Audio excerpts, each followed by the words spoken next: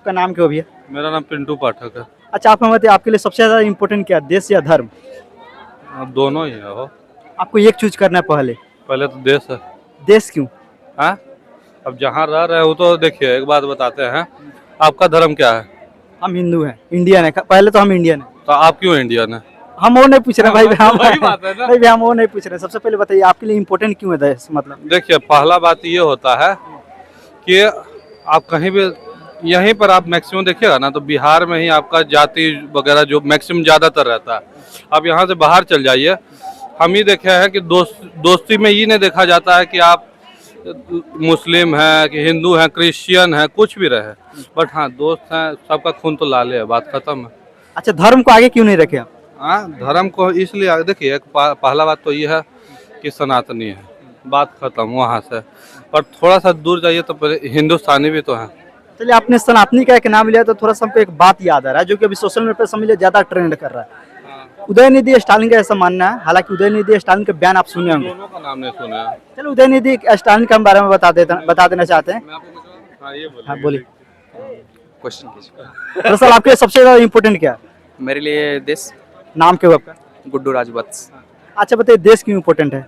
देश हमारे लिए इसलिए इम्पोर्टेंट है कि हमारा देश सबसे पहले तो सेकुलर देश है। अगर हमारे पास देश है, अगर हम किसी देश के निवासी हैं, तो धर्म मायने नहीं रखता कि आप किस धर्म के हो, किस संप्रदाय को, किस जाति हो। अगर हमारा देश सुरक्षित है, हमारा संविधान सुरक्षित है, तो हम ऑटोमेटिक एक सुरक्षित हैं, हमारा धर्म सुरक्षित है। अगर बात किया जाए धर्म की और देश की, तो अगर एक चश्मे की बात किया जाए, तो चश्मे का एक पार्ट अगर हमारा देश है, तो दूसरा पार्ट हमारा धर्म है। परंतु अगर जब बात आए देश और धर्म चुनने की, तो हम एक सेकंड भी नहीं लेंगे चुनने में कि भारत हमारा देश है। हम पहले अपने संविधान को, अपने देश को चुनेंगे। चलिए, हालांकि धर्म को आप आगे नहीं रखें, बल्कि आप देश को रखें। यदि बात धर्म पे आए तो क्या कुछ कहिएगा? धर्म हमारा सनातन धर्म है। हालांकि कुछ समय से इस पर बहुत ज़्यादा कुछ लोगों ने, तथाकथित प्रबुद्धि लोगों ने इस पर हमेशा सवाल उठाया है। हर धर्म में कुछ न कुछ कुरीतियाँ होती है, और उस कुरीतियों को हम लोग ख़त्म किए हैं, उससे निपटे हैं और आगे बढ़े हैं। इसी से हमारा देश चल रहा है, हमारा धर्म चल रहा है। बहुत सारे लोगों ने, अंग्रेज़ों ने, मुगलों ने, चंगेज़ों ने, बहुत सारे लोग आए हमारे धर्म को मिटाने के लिए, परंतु हमारा सनातन धर्म अमर है, अमिट है, हमेशा रहेगा। चलिए, मिटाने की जब बात कर रहे हैं, तो एक व्यक्ति इस भारत देश में पैदा ले लिया जो कि सनातन धर्म को मिटाना चाहते हैं। उस व्यक्ति का नाम है उदयनिधि स्टालिन, जो कि एम.के. स्टालिन के बेटे। एम.के. स्टालिन के नाम सुनेंगे, जो कि तमिलनाडु के मुख्यमंत्री। इस पे क्या कुछ कहिएगा? वो कह रहे हैं कि सनातन धर्म जो है ना, एक डेंगू मच्छर की तरह है, मलेरिया मच्छर की तरह है, कोरोना वायरस की तरह है, इन्हें मिटा देना चाहिए। इस पे क्या कुछ कहिएगा?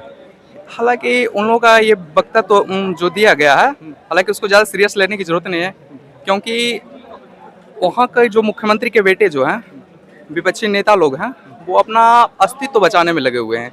जिस तरह से हमारा धर्म चल रहा है भारत, अभी बहुत सारे लोग, हम लोग थे सहिष्णु, परंतु अब आए दिनों, कुछ दिनों में ऐसा देखा जा रहा है कि मतलब कि हम लोग जागरूकता आई है, हम लोगों ने अब पलट कर जवाब देना सीख लिया है। और जो उदयनिधि स्टालिन ने जो ये वक्तव्य दिया है, तो उनकी ये निराशा में, फ्रस्ट्रेशन में दिया हुआ ये सब जवाब है, और कुछ नहीं है, और उसको ज़्यादा सीरियस लेने की ज़रूरत नहीं है। उसको 2024 में जनता बखूबी जवाब दे देगी। अच्छा, आप हमें बताइए, यही बात हालांकि वीडियो के माध्यम से मनीष कश्यप थोड़ा सा भड़काऊ बना दिए थे, तो उनके ऊपर एनएसए लग गया। हालांकि कोर्ट का ऐसा मामला, कोर्ट का ऐसा कहना है कि मनीष कश्यप भड़काऊ वीडियो बनाए तो उनके ऊपर एनएसए लग गया, ऐसा उनका कोर्ट का मानना है, इसलिए उनके ऊपर एनएसए लगा। तो ये भड़काऊ बयान दिए, तो इनके ऊपर क्या लगना चाहिए? बिल्कुल, जो जिस तरह से मनीष कश्यप को झूठी साजिश में फंसाकर जेल भेज दिया गया है, और बिल्कुल एनएसए लगना चाहिए। उनके उदयनिधि के बेटे पर खुद सीएम स्टालिन को इस पर पहल करना चाहिए। और जो विपक्षी नेता के लीडर बनते राहुल गांधी, जो दत्तात्रेय गोत्र के आते हैं, कम से कम उनको ये चीज़ आगे आकर जवाब देना चाहिए कि, क्योंकि वो उस तरह के गठबंधन में 38 पार्टियां एक तरह से हमारे सनातन धर्म के विरुद्ध पार्टी बनाकर लोकसभा इलेक्शन लड़ने के लिए कोशिश कर रही है, तो उनको आकर ये जवाब देना चाहिए। अच्छा, अभी इस वक्त उदयनिधि स्टालिन इस जगह पे मौजूद होते, तो सबसे पहला कदम आपका क्या होता? देखिए, सबसे पहले तो हम एक सेकुलर धर्मनिरपेक्ष देश में रहते हैं, और हम संविधान को मानते हैं, हम कानून को मानते हैं, और कानून को इसका जवाब देना चाहिए। हम लोग अपने हाथ में कानून को नहीं लेंगे। अच्छा, इसी वजह से शायद आप शांत हैं, सनातन धर्म शांत है। जी बिल्कुल, हम लोग सहिष्णु हैं इसीलिए कि कोई भी कुछ भी बोलकर निकल लेता है। अगर यही बात किसी अन्य धर्म के बारे में क्या बोले, उदयनिधि स्टालिन, उदयनिधि स्टालिन, अगर उन्होंने किसी और धर्म खुलकर बताते हैं आपको, अगर मुस्लिम धर्म के खिलाफ ऐसा बोले होते तो आज उनको गला काटने का फतवा जारी कर दिया गया होता। लेकिन हमारा धर्म ही एक इतना सहिष्णु है कि हम सभी लोगों को बर्दाश्त कर लेते हैं।